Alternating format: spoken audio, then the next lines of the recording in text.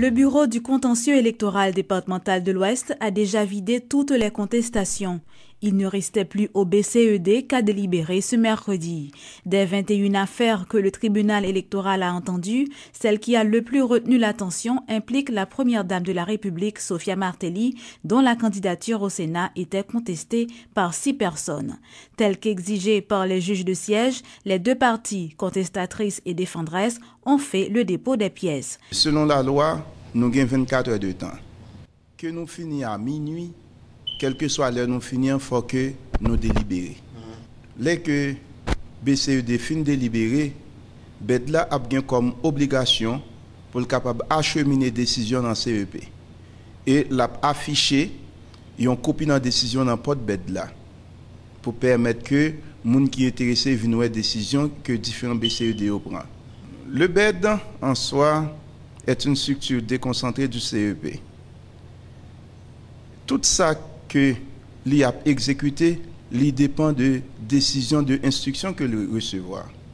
Ça veut dire que l'ENFIN fait travail ça, n'a pas une nouvelle instruction pour être capable de mettre en application. Rappelons que Sophia Serimi Martelly, qui brigue le poste de sénateur de l'Ouest, a vu sa candidature contestée pour cause de double nationalité présumée et de défaut de décharge pour avoir été, nous citons, comptable des deniers publics comme coprésidente de la Commission nationale chargée de la lutte contre la faim et la malnutrition, COLFA. Le directeur de mission de l'USAID pour Haïti confirme que son pays apportera 6 à 7 millions de dollars au financement du processus électoral. John Gwok exprime par contre son inquiétude concernant les problèmes logistiques que le CEP va devoir affronter pour réaliser le prochain scrutin. Il y a une enveloppe de fonds de bailleurs gérée par les Nations Unies. USAID donnera des fonds aux Nations Unies pour la gestation. Pour la gestion des élections. Pour l'enveloppe, approximativement 6 ou 7 millions de dollars américains. Maintenant, c'est positif, mais il y a beaucoup de travail est nécessaire parce que aujourd'hui il y a il sera trois élections, août, octobre et novembre et décembre. So, les logistiques sont très difficiles, le coût est très haut. So, il y a des problèmes. Beaucoup de problèmes? Oui, beaucoup de problèmes. Il y a, par exemple, beaucoup de partis politiques. Il y a 3 élections. So, c'est très difficile. Là, vous parlez de... Mais j'espère que le gouvernement d'Haïti, le CEP, peuvent résoudre les problèmes. Signature d'un accord de coopération ce mercredi entre le Centre de facilitation des investissements et une entreprise mexicaine pro-Mexico. Objectif, partager les connaissances entre les deux pays, explorer les opportunités d'affaires dans plusieurs domaines et promouvoir les échanges. La cérémonie s'est déroulée à l'hôtel Marriott en présence du ministre des Affaires étrangères AI, Leonel Renault, de l'ambassadeur haïtien au Mexique, Guy Lamotte, et son homologue mexicain accrédité en Haïti, José Luis Alvarado, ainsi que de plusieurs hommes d'affaires haïtiens et mexicains. D'ailleurs, il y a déjà un investisseur mexicain qui est venu, qui va s'établir dans le nord d'Haïti et qui va produire de manière industrielle des légumes pour le marché nord-américain, pour la côte est du marché nord-américain, donc Canada inclus. Donc, ils vont commencer à opérer, je pense, d'ici la fin de l'année. C'est un très beau projet, sous serre, 100 hectares sous serre et tout. C'est un très, très beau projet. Donc, il y a déjà un premier investissement important en Haïti du secteur du Mexique. Et nous espérons pouvoir les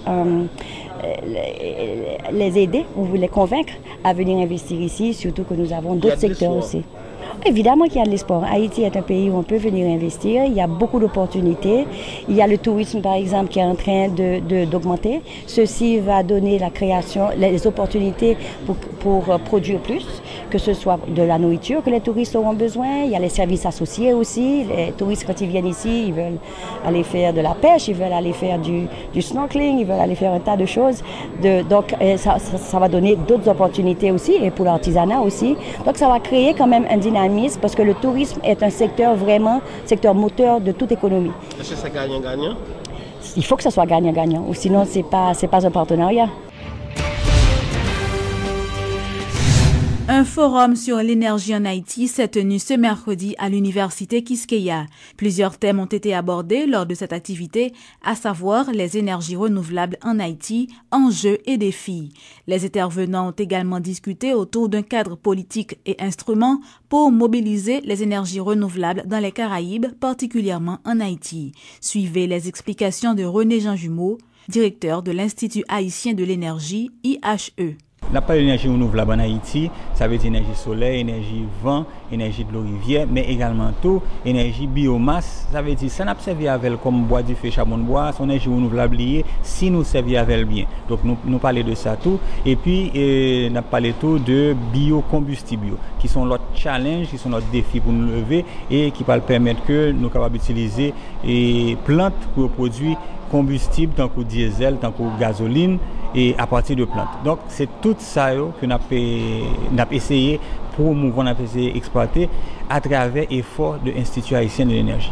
Tout le monde est capable d'utiliser l'énergie renouvelable. Pour Pipiti, on est capable d'utiliser une lanterne solaire pour acheter facilement. Et donc, c'est avantage ça que l'énergie renouvelable gagne, c'est qu'on faut acheter équipement, pour capable de disposer de lit et sans pas besoin de dépenser pour un carburant, un gaz qu'on va payer. Donc c'est ça qui fait que une lanterne solaire, sur une année, il coûte moins cher pour servir qu'une lampe kérosène. Donc tout le monde est capable de servir avec. Mais nous avons besoin d'exploiter au niveau national. Ça veut dire que des villes capables de faire des petits micro-réseaux qui exploitent ni énergie soleil ou bien vent ou bien rivière, ni diesel. Là. Et dans ça, il y a un système hybride qui peut faire que nous gagnons courant tout le monde vrai, même dans les villes à travers le pays. Et son challenge lié, il demande un effort, il demande que la municipalité soit impliquée, il demande que l'État central soit impliqué, et il demande que le secteur privé soit impliqué tout. Une formation professionnelle de qualité pour une Haïti économiquement forte, c'est autour de ce thème que se déroulera le Salon de compétences les 2 et 3 mai prochains. Il s'agit d'une initiative du Centre de formation professionnelle Canado et de la Chambre de métiers et de l'artisanat haïtien, de concert avec plusieurs partenaires locaux et étrangers. Lors de la conférence de presse de lancement de cette activité, les responsables des institutions concernées ont souligné l'importance d'une revalorisation des métiers professionnels et de l'artisanat haïtien. Selon le frère Gary Pierre, il est grand temps que la construction d'Haïti se fasse par les professionnels haïtiens eux-mêmes. Nous aurons avec nous des universités comme l'Université Quisqueya et aussi Infotonique d'Haïti, des centres de formation professionnelle comme Diesel Institute, et aussi comme Centre Université Saint-Gérard, et aussi le Collège Canado haïtien.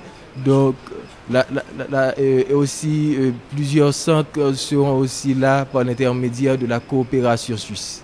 La Chambre de métiers et de l'artisanat haïtien, c'est 2 concerts avec le Canada et technique que nous allons organiser le salon de compétences. Parce que c'est aussi une façon pour eux autres de faire de la promotion, de la formation professionnelle, aussi de dire que je suis vendable.